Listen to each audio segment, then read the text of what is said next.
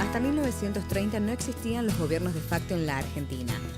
Ese año las Fuerzas Armadas derrocaron al presidente Irigoyen y tomaron el poder por la fuerza. La Corte Suprema de Justicia de la Nación reconoció su régimen y le inventó un nombre. Lo llamó Gobierno de Facto. Desde entonces hubo en total 6 golpes de Estado y 13 presidentes de facto. Los militares nunca actuaron solos.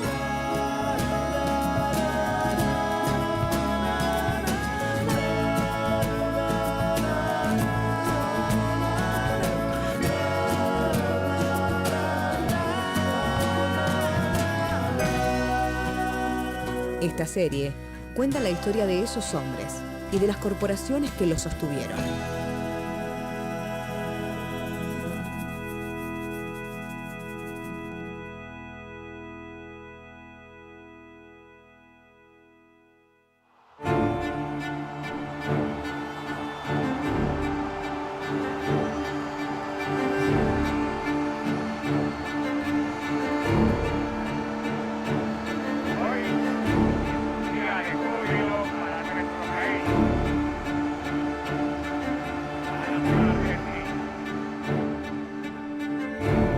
Muchas gracias por estar acá. Lo que estamos trabajando en esta serie de entrevistas son las presidencias de facto que han poblado el siglo XX argentino y los golpes de Estado que las han precedido. En este caso yo quería empezar por preguntarte cuál sería una síntesis que vos podrías hacer de la última dictadura cívico-militar del 76 al 83. Bueno, ahora es difícil un poco hacer una síntesis porque fue un proceso tan complejo, tan multidimensional, fue, aparte de lo que significó la experiencia del terrorismo de Estado, ¿no es cierto?, un proyecto estatal terrorista, fue un proyecto económico de refundación de la vida económica y social de la Argentina. Muy importante, eso se reconoció muy tardíamente. Primero no se decía dictadura cívico-militar, se decía la dictadura militar, lo cual era un error, pero bueno, esto hasta que no madura de alguna manera en la conciencia pública, seguía hablándose de la dictadura militar. Finalmente logró emerger esta idea, una dictadura cívico-militar, con un plan, ¿no es cierto?, económico tremendo, de reestructuración regresiva de la economía argentina, de desindustrialización, ¿verdad?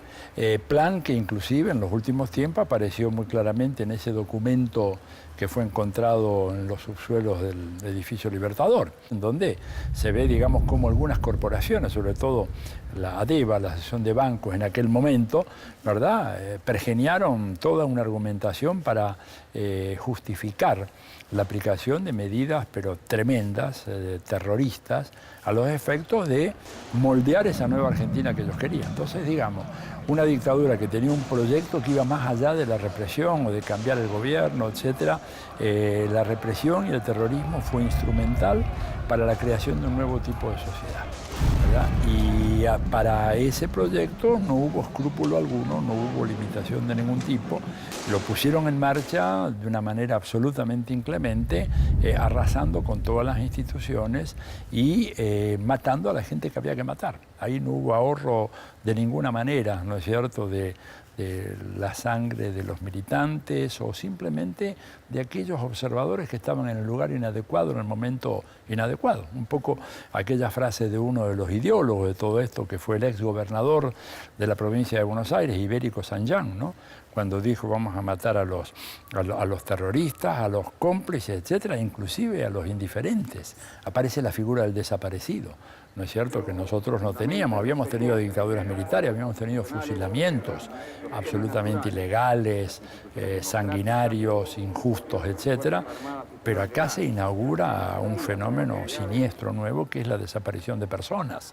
Por lo tanto, digamos, estamos en presencia de un proceso único en la historia argentina, muy pocos precedentes en el plano internacional y con una ferocidad que realmente todavía hoy nos sorprende porque siguen apareciendo documentos, ¿verdad? Y en todo ese entramado, la figura de Videla es una figura central. Es un incógnito, es un desaparecido, no tiene entidad, no está. Un Videla que hasta el último suspiro de su vida se mantuvo firme en su creencia de que eso era lo que debía hacer. Y el hombre murió absolutamente convencido de lo que estaba haciendo. O sea, demostró ser realmente un fanático, un sectario, un hombre que con poder utilizó el poder de una manera implacable para eliminar cualquier vestigio de resistencia. Porque acá un error muy grande sería que caer en la tentación de decir, bueno, estamos en presencia de un monstruo, ¿verdad? Y por lo tanto, muerto el monstruo, desaparece, digamos, la monstruosidad. No es el caso. Videla es el emergente de un fenómeno mucho más complejo, sostenido por corporaciones muy importantes, hemos visto corporaciones empresariales, por el ejército como institución, por la iglesia como institución, que de alguna manera le dieron carta blanca para hacer cualquier desquicio y el hombre lo hizo, lamentablemente, ¿no? Y todavía estamos pagando las consecuencias de eso. Yo creo que el gran ideólogo de todo esto fue José Alfredo Martínez de Oz, que desgraciadamente nunca tuvo que enfrentar el banquillo de los acusados en un tribunal. Fíjate vos lo que fue, digamos, uno de los errores que cometimos todos, ¿verdad?, la sociedad argentina en su conjunto, cuando se llevó a juicio solamente a los ejecutores materiales, que fueron los militares, que por supuesto tenían una responsabilidad enorme e inescapable, pero también en cualquier crimen tenés el autor intelectual, no solamente el autor material. Y el autor intelectual fue Martínez de Oz y los grupos económicos y las corporaciones y las empresas que de alguna manera adoptaron lo de Martínez de Oz como su propio proyecto de crear una nueva Argentina. Y lamentablemente, bueno, ahora recién estamos empezando a llevar a juicio a alguno de ellos. Caso de Blaquier por la famosa noche del apagón allá en el Ingenio, ¿no? Quiero detenernos en las organizaciones de derechos humanos que se empiezan a gestar a lo largo de la última dictadura cívico-militar. Las madres, las abuelas, ¿cómo ves vos todo ese camino de aprendizaje militante, ¿no? Bueno, fue realmente una experiencia extraordinaria. Yo siempre digo que esas organizaciones, los organismos de derechos humanos, fueron cruciales para acabar con la impunidad en la Argentina. Eso hizo que, ni bien comenzara el proceso de restauración democrática, rápidamente, por ejemplo, Alfonsín, a los 5 días de estar en el gobierno, crea la CONADEP. Esto digo para que calibremos en su justo término lo que significó, digamos, la experiencia argentina. No sabemos si están enfermos, si tienen frío, si tienen hambre, no sabemos nada. Y desesperación, Señor, porque ya no sabemos a quién recurrir. Consulados, embajadas, ministerios, iglesias.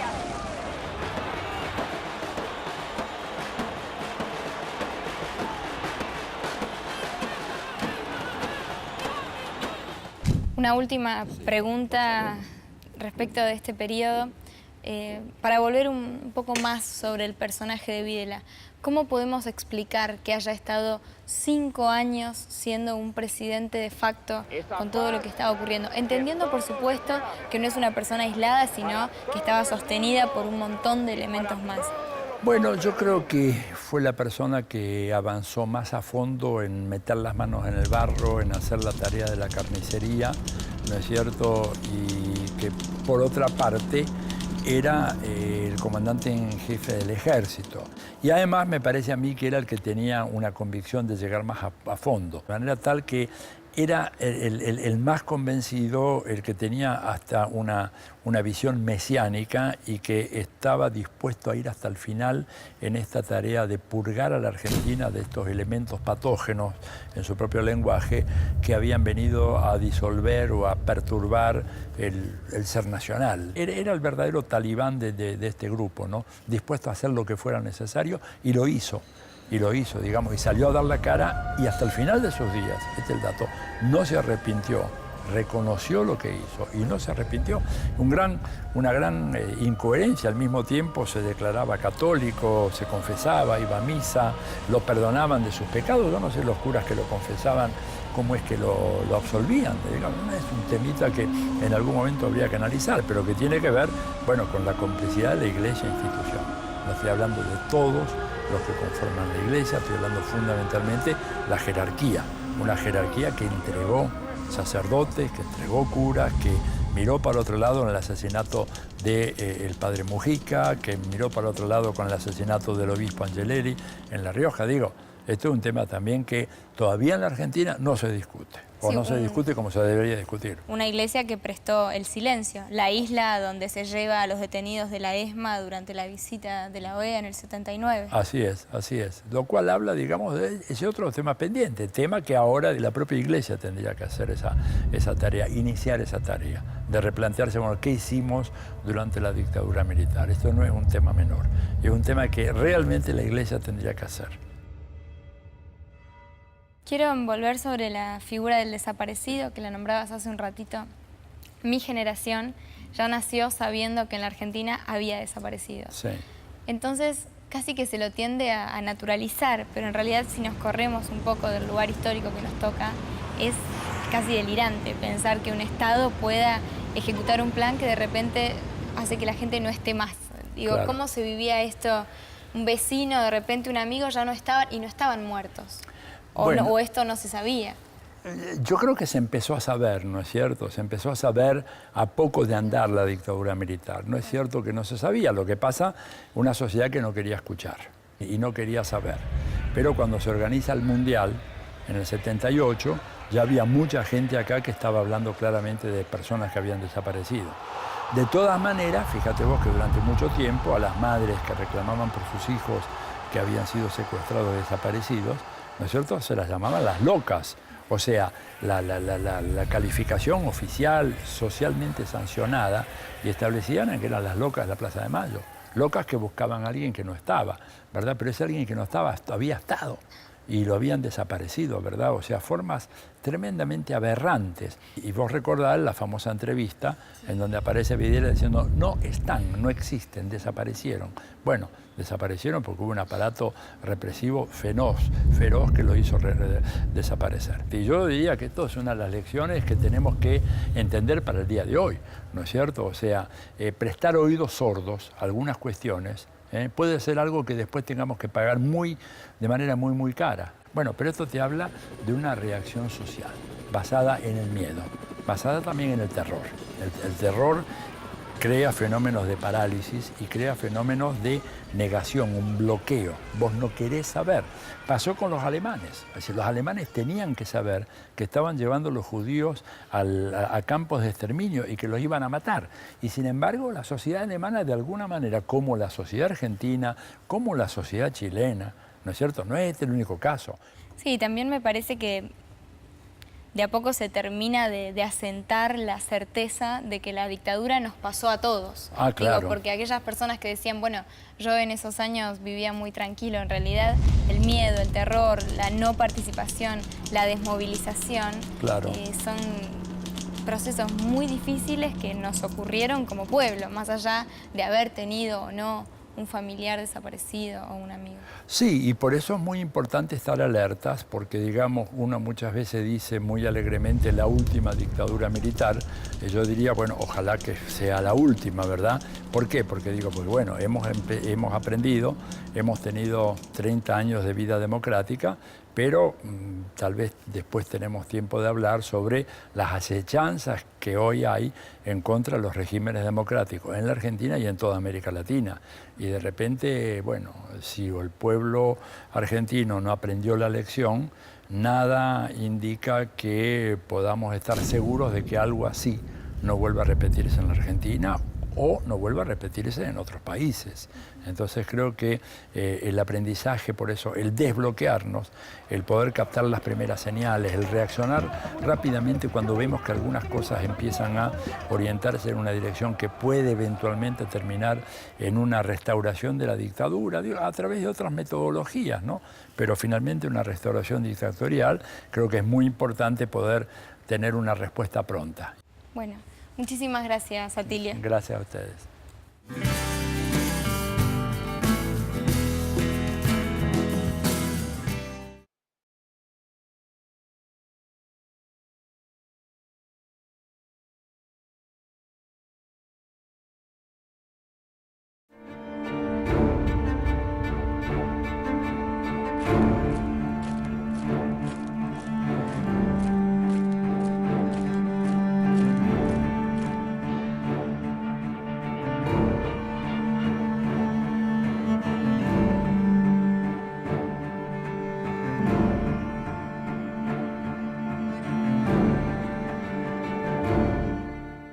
Eduardo, es un placer que estés acá, muchas gracias por haber venido.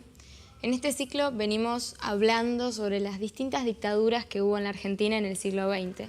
Todos los golpes de Estado, en el 30, el 43, el 55, el 62, el 66, y llegamos al último golpe de Estado, en el 76, que da pie a la dictadura que tal vez tuvo el mayor grado de sistematicidad y de planificación por parte del Estado.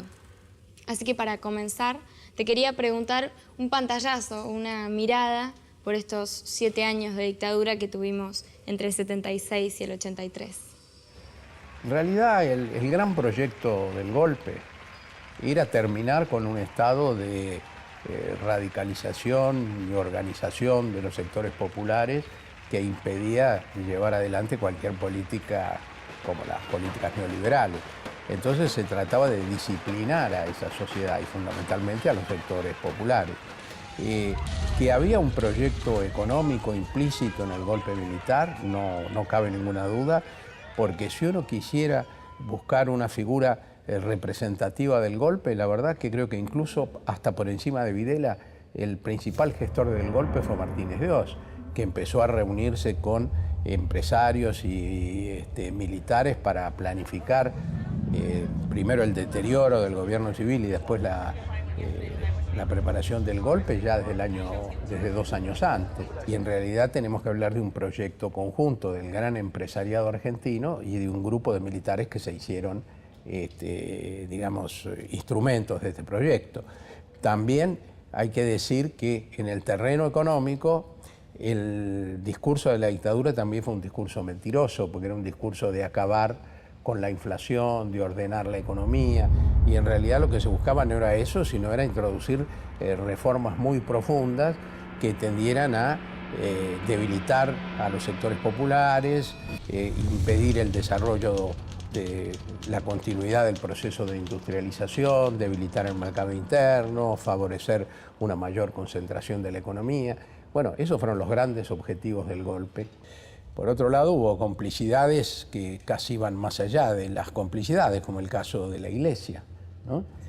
Que no solo legitimó las actitudes más cuestionables de la dictadura. Recuerdo que en mayo de 1976 hubo un documento de la Conferencia Episcopal Argentina que legitimó el uso de recursos extraordinarios frente a la subversión, lo cual estaba diciendo que se toleraba en esas circunstancias extraordinarias la tortura a las personas.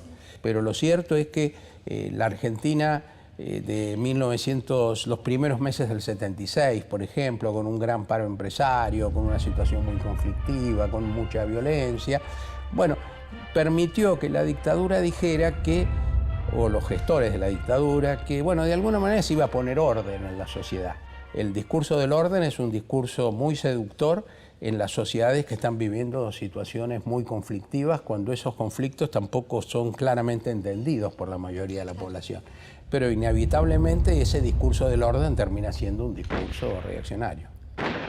Y este objetivo del orden fue acompañado, seguramente no por los sectores más conscientes, ni por aquellos más identificados con los intereses populares, pero sí por algunos grupos que después no tardarían en desengañarse de la dictadura, pero que en un primer momento fueron, digamos así, creyeron en este discurso ordenancista. Bueno, en todo esto también van a jugar un papel fundamental los medios de comunicación, que son quienes van a ir construyendo diariamente un sentido sobre lo que está ocurriendo. ¿De qué rol hablamos? El rol de los medios no solo fue muy importante, sino que fue cualitativamente distinto de lo ocurrido en dictaduras anteriores. Yo creo que lo que ocurrió es que se hicieron socios de la dictadura, cosa que no había ocurrido en las dictaduras anteriores. A partir del proyecto de papel prensa, Clarín y La Nación empiezan a concertar su política con la dictadura militar y entonces terminan siendo lisa y llanamente voceros de la dictadura militar.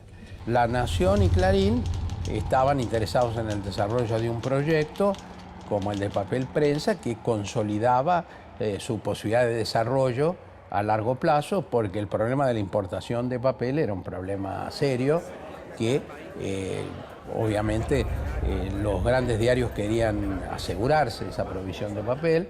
El gobierno militar les dio esa posibilidad. Esto fue en desmedro de las posibilidades de otros órganos de prensa que tuvieron desde entonces que comprar el papel más caro que La Nación, La Prensa y La Razón, y como decíamos antes, bueno, el precio que pagaron los grandes diarios por ese gesto amistoso de la Junta Militar fue el de una subordinación absoluta a la política del gobierno militar. Durante la dictadura va a haber 4 presidentes: Videla, Viola, luego Galtieri y finalmente Viñone. Lo que es llamativo es que Videla va a estar durante 5 años, lo cual es más que un mandato presidencial actual. Y después va a asumir Viola, que no va a llegar a cumplir un año de mandato. Digo, ¿cómo se explica esta presidencia? ¿Tiene que ver con que la figura de Videla se había desgastado? ¿O cuáles son los factores que podemos pensar para entender el rol que Viola jugó y que lo quitan de ese lugar tan rápido? Videla se quedó 5 años porque tenía apoyo en el ejército y porque el ejército de alguna manera quería también garantizar su predominio sobre las otras armas y entonces no quería abrir demasiado el juego, pienso, a cambios en el primer lugar del poder. Viola era una persona absolutamente compenetrada con Videla. Durante mucho tiempo se habló de Videla y Viola en vísperas del golpe.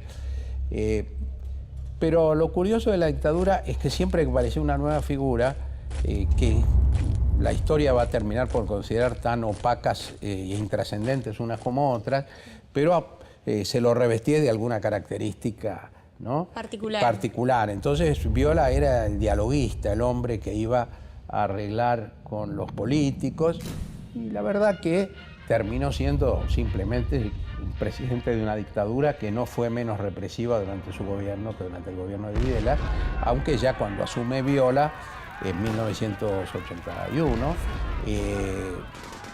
la mayor parte de la tarea represiva está hecha y el gobierno puede empezar a mostrar la posibilidad por lo menos de un camino de diálogo.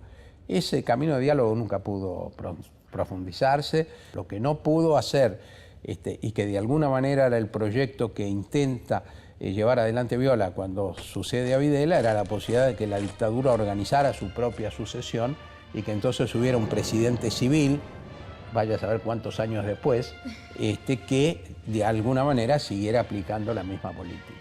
Yo pienso en las generaciones que se están sumando a la vida política argentina, los chicos que están empezando el secundario y que tal vez ya encuentran esto como temas de historia argentina. Es difícil transmitirles cómo puede ser que un gobierno militar se instale y desaparezca a 30.000 personas. Digo, es un nivel de perversidad, de sistematicidad, que se ha visto muy pocas veces. Entonces, te quiero preguntar cómo es el funcionamiento de los centros clandestinos de detención y cómo es que se da este fenómeno social por el cual las personas son chupadas, se las llevan de sus casas y sencillamente en el barrio, por ejemplo, la vida continúa. Digo, tal persona ya no está, pero de eso mucho no se habla porque aquellos que no han sido secuestrados, aquellos que no han sido torturados y a los que aparentemente no les pasó nada, sí les pasó. Digo, están siendo parte del terror como plan sistemático del Estado y por eso también la no denuncia o el no decir nada respecto de estas ausencias que empiezan a brotar en todos lados. Sí, lo primero que se me ocurre es que el hecho que sea tan difícil explicarle a un joven hoy cómo fue posible la dictadura, las desapariciones, tiene también un aspecto positivo porque demuestra hasta qué punto la sociedad argentina hoy es otra, ¿no? Claro. Y esto resultaría inimaginable. Uno no está dispuesto hoy a escuchar, no está, fulano desapareció. No, esto desgraciadamente hubo algún caso como el de Jorge Julio López que muestra precisamente lo inaceptable que resulta una situación así en democracia. Durante la dictadura, yo creo que hubo una situación en que la sociedad argentina fue aceptando o acostumbrándose, más que aceptando, a la existencia del terror. Se torturaba a la gente para obtener información. Esa información que permitía después seguir deteniendo gente y así desarticular todas las formas de organización.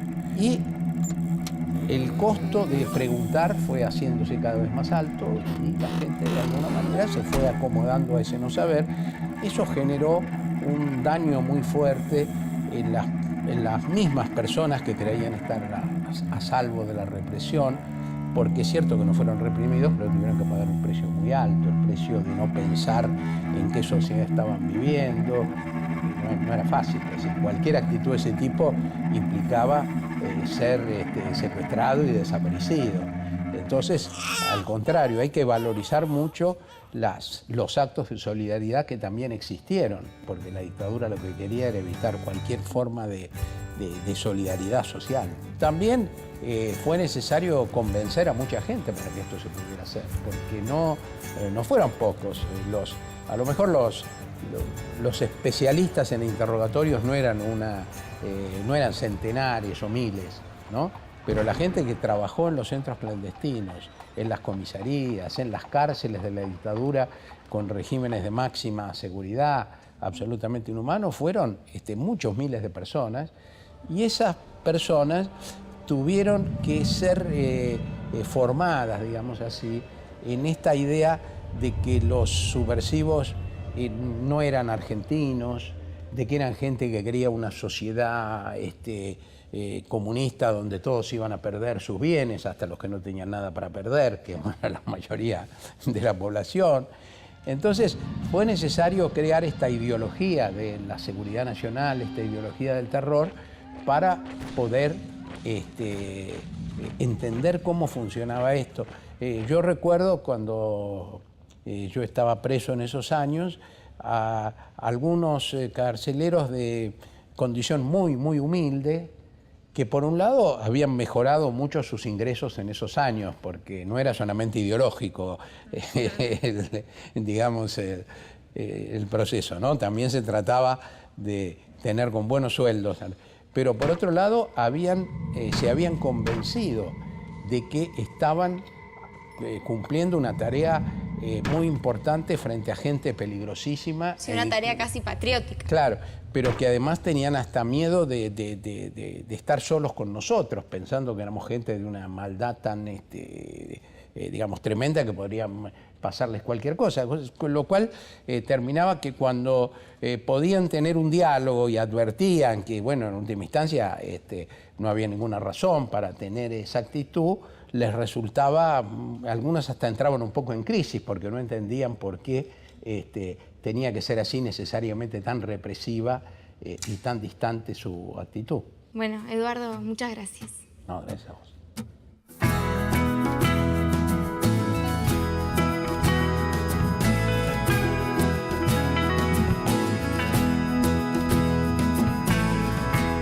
No queda mucho que decir, más queda mucho por hacer en esta casa nuestra. Primero dejar de matar, segundo dejar de mentir, y por algo se empieza. Y el viento del sur nos hará temblar, y las ventanas del frente se abrirán, y la ciudad será un poco nuestra. Y las ventanas del frente se abrirán, y la ciudad será un poco nuestra. El cielo nos verá.